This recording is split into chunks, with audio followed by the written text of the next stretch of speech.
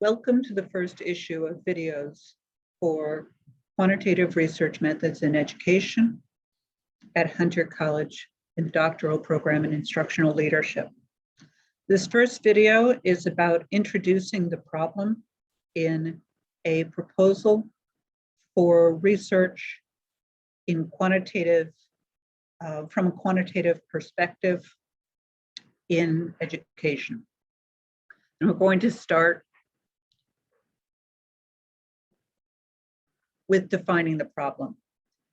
As I have stated previously, the general approach for quantitative research in education derives from the post-positivist perspective, which essentially means, for the purpose of writing a research proposal, that you are trying to answer a specific question that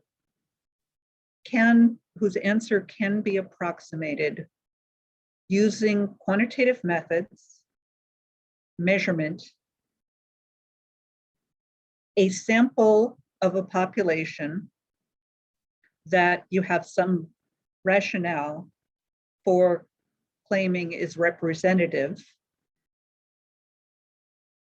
and a design that helps to make the argument that you choose, that helps you to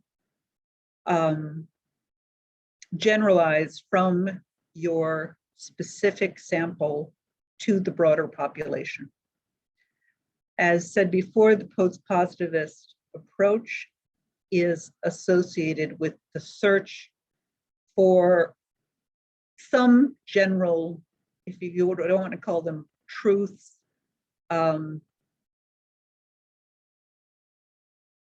generalizable evidence of population trends.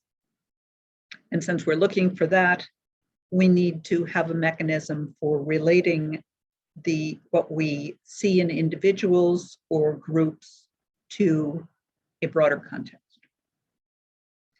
So what is that going to require? Well, it's going to require a lot of things. But first of all, you may have noticed from that description that there are a lot of places in the process of developing a problem in educational research for this kind of inquiry where you have constraints. For instance, the idea of a measurable construct.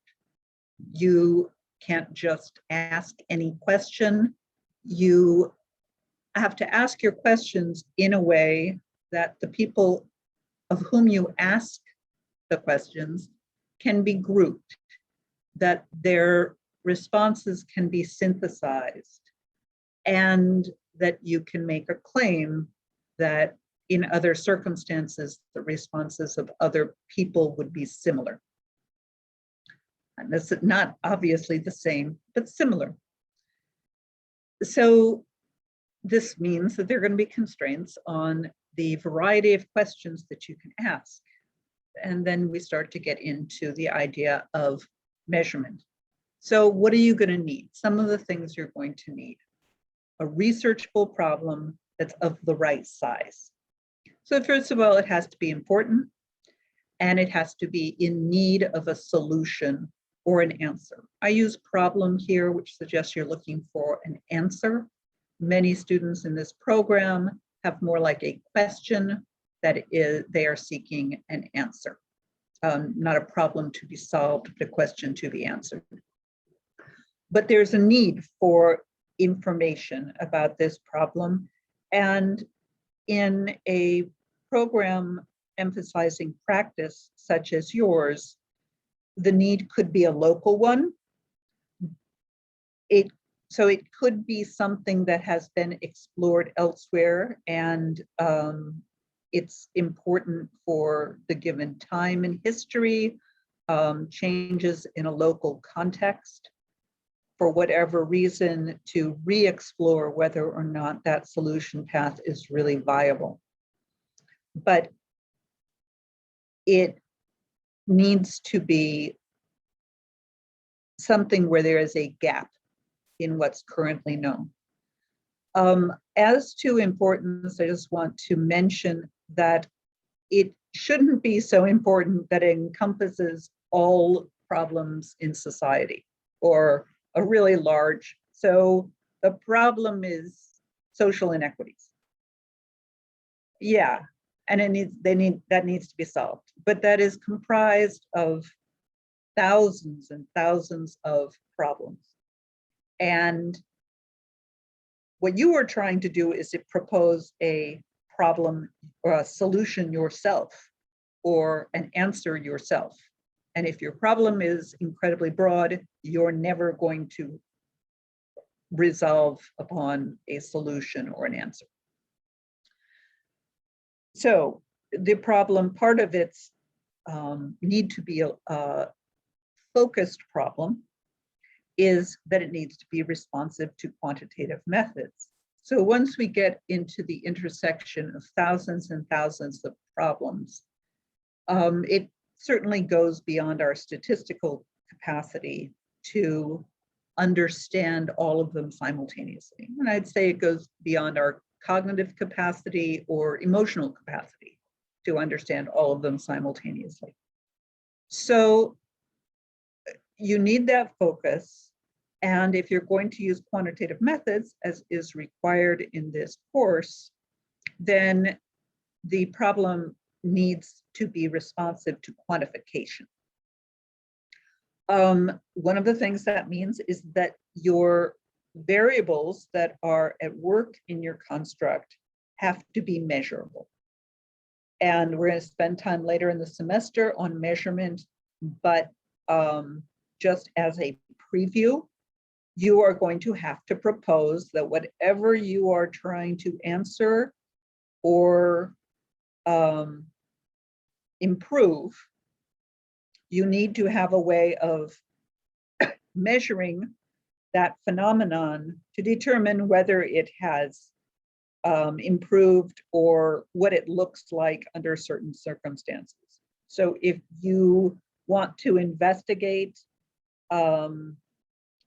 motivation to, excuse me,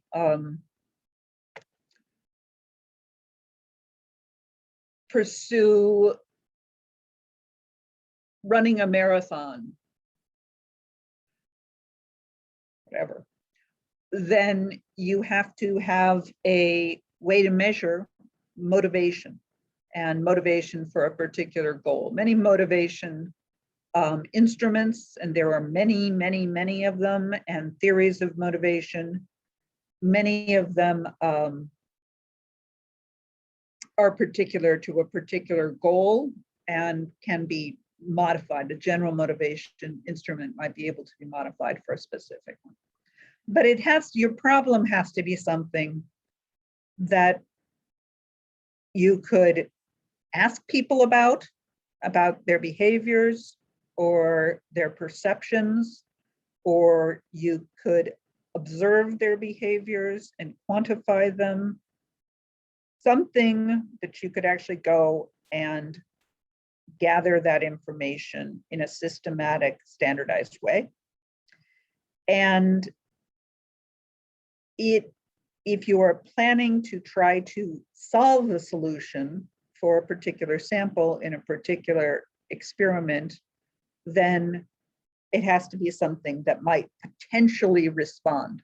So if you want to change people's personality, that's very difficult to do.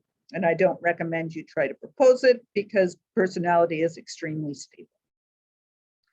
Okay, so you identify a fairly narrow problem that's important, and either you have important questions about it that are yet unknown, or it needs to be solved. It's something that involves facets of behavior or perception taken broadly that can be measured and can be either manipulated or observed somehow. not necessarily with the eyes, but through some responses, something like that. The variables have to relate to constructs. So if we're not economists, we're not just interested in whether or not people make money, even though money can be measured and money can respond to interventions, various things like that. But in education, most of the things that we're interested in are variables, or they're broader constructs that are represented or operationalized by variables. They're attributes that that we theorize people hold at some different levels. So they hold different levels of motivation.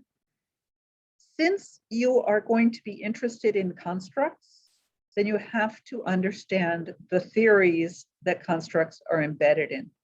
So there are, if you're interested in motivation and you want to measure motivation as it relates to persistence in some activity, then you have to have a theory of motivation, which is not just your theory. There are several well-established theories of motivation in the literature. You have to understand them and choose one, and the way that you measure motivation has to be related to that one. So you have your focused problem. It has to have certain criteria. The variables at play have to represent broader constructs than just the amount of dollars somebody makes, their height in this classroom. They have to relate to educational attributes. They have to not already be completely known about it. So I already referred to, there have to be gaps in the literature warranting your proposal. For your purpose, it has to be feasible. Well, for any purpose.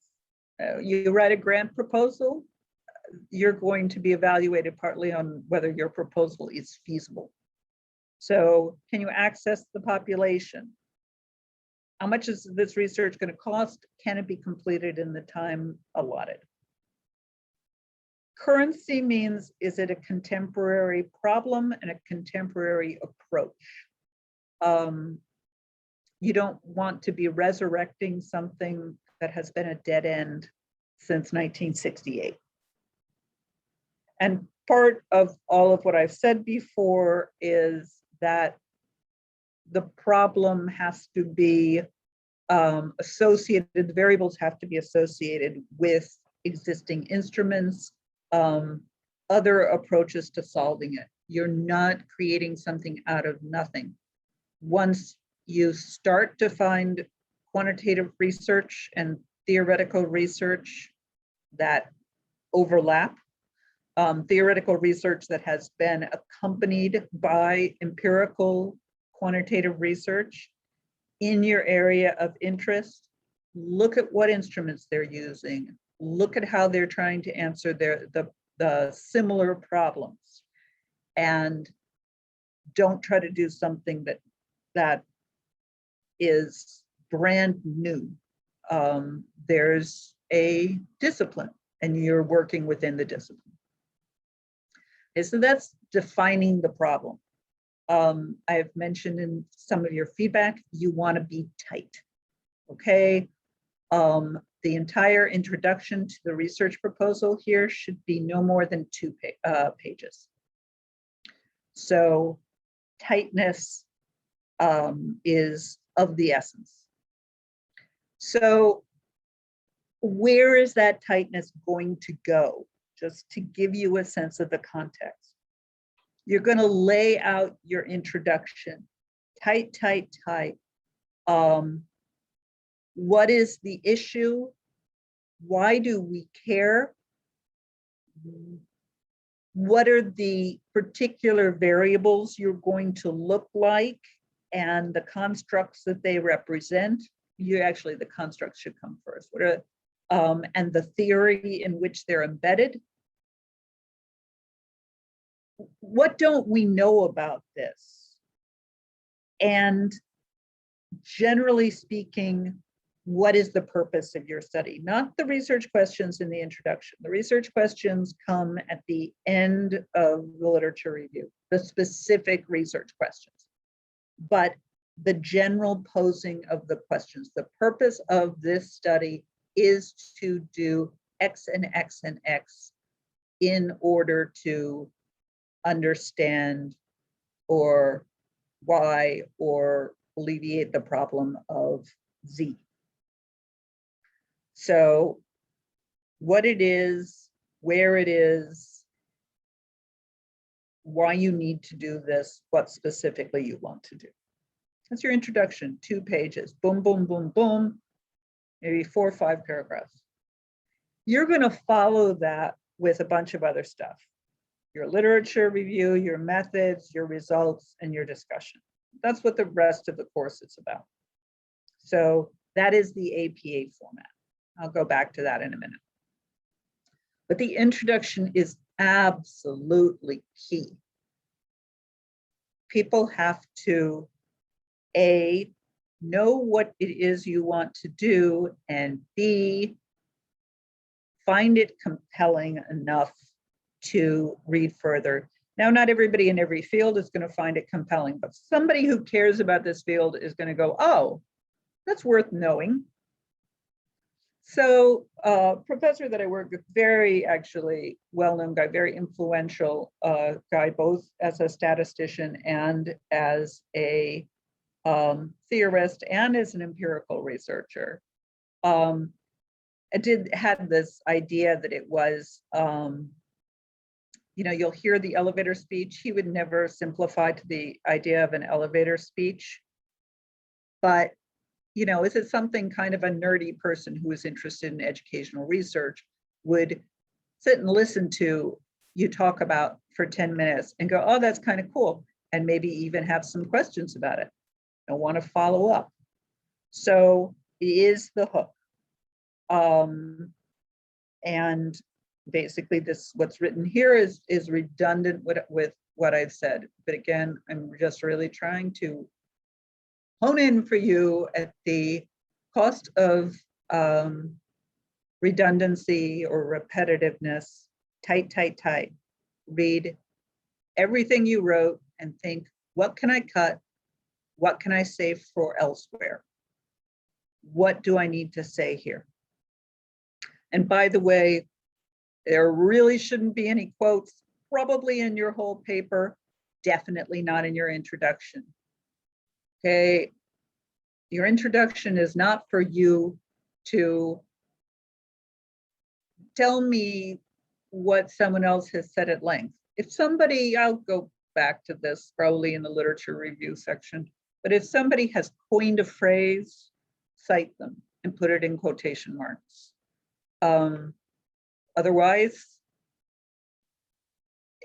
either say it in your own words and give the citation, or cut it if it isn't. I mean, just because they've written it in a book does not make it necessarily important. It hasn't been incredibly influential. I don't think it belongs in your introduction. Okay, so I believe I've said all this. Just because I can't emphasize this enough during class. Focus problem. Don't overreach.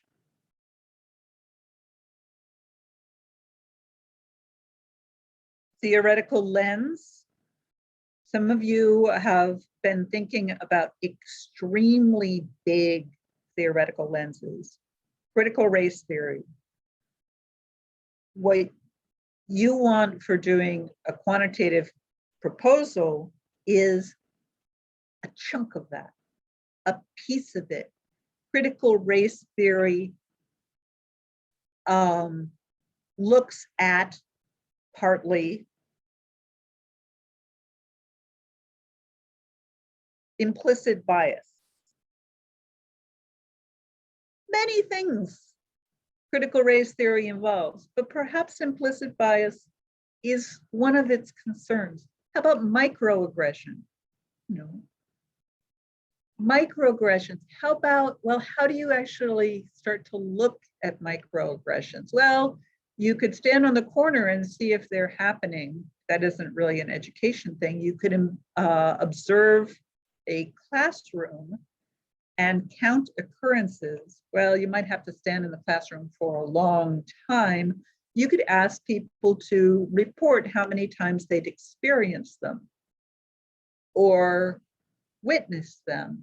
Okay, now you're starting to get into something that is more researchable, is people's perceptions that they've experienced microaggressions. And that is like this very small focus subset that can fit into critical race. The critical race theory can be your giant umbrella for looking at the world. But if you want to understand some aspects of this, then you have to either talk about it in incredibly broad, what I would call overgeneralizations, drawing a lot of conclusions from from a very little data, or you have to look at just one piece at a time and hope that someday they all fit together. So the latter approach is what we do in quantitative methods. And then once you've figured out all of that, what's your specific purpose? Okay, we're going back to the APA format. You now have your introduction. What you're going to do next is your literature review. Your literature review is going to start with your theoretical framework. Now, a lot of times what you'll see is people will be, they'll have a framework and then they'll be looking at multiple constructs, maybe 3 at the most, within that are relevant to that framework, but they need to have some kind of fit within the overall theory. For instance, if you're looking at motivation, you might look at how motivation relates to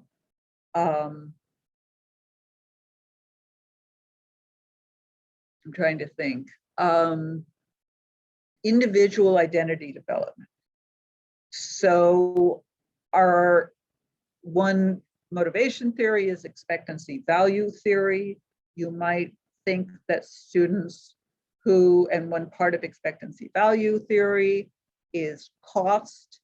And you might think that students who perceive a greater cost, not necessarily financial, to the pursuit of some activity will be less likely to continuously develop an identity associated with that activity, even if they expect they would do well and they value it, but it's too costly for them. And that could explain lack of persistence in some activities.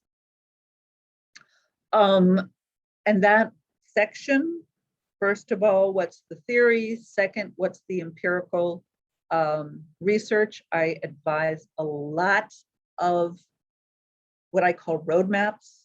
So subheadings, summaries at the beginning of each major section, like what am I going to do? This literature is going to present the broad theory guiding this study, then we'll define each of the major constructs that will be examined and conclude with the formal research questions. And subheader, what's the theory? Then subheader, what's the first big construct? Lots of gateposts, lots of roadmaps. And then you do your formal hypotheses. You don't always have hypotheses. They might be just research questions. Third section is the methods section. By the way, the introduction doesn't have a header that says it's the introduction. Methods section usually has 5 parts. It's what you did for a proposal, what you are going to do, and those things we will get into each one as the course goes along. The fourth section is the results, and the results should be laid out very clearly in the order in which you ask the questions, and they should be entirely non-speculative. You should not state the reasons why you had those results, nor should you state what the results mean more broadly. That goes, I'm sorry, I keep moving that around. That goes in your discussion, in the summary part of your discussion. So it's a very pretty strict format for an empirical study. What else?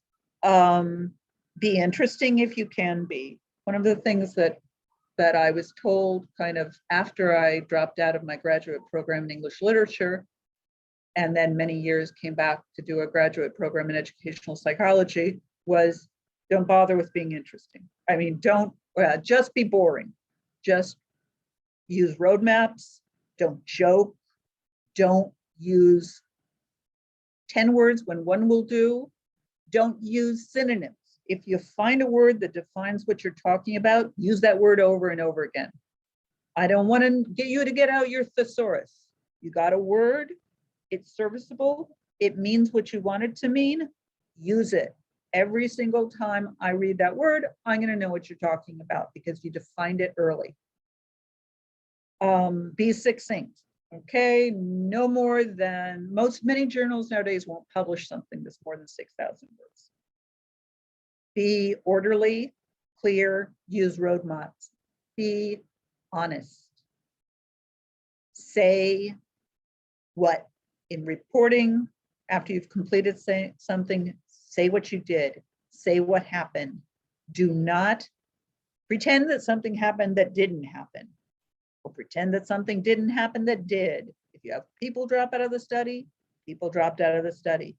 Bad things happen in real, actual research, especially field research. Things get screwed up. You have to, hopefully your study is salvageable, but you report what happened, and then it just includes your basic steps. Okay, how did you go about doing your literature review? Just report it. Keep a log as you do it and report what's in there. Stay focused on your goals. Don't wander. If you find you've wandered, it's okay. In a draft, cut it out. And be logical. Watch your connective words, your howevers, your furthermores. Use them sparingly and use them correctly. Don't write a furthermore when you mean a however. Be very careful about that. That's it. This probably was very repetitive, but it's my nagging video. I hope you enjoyed.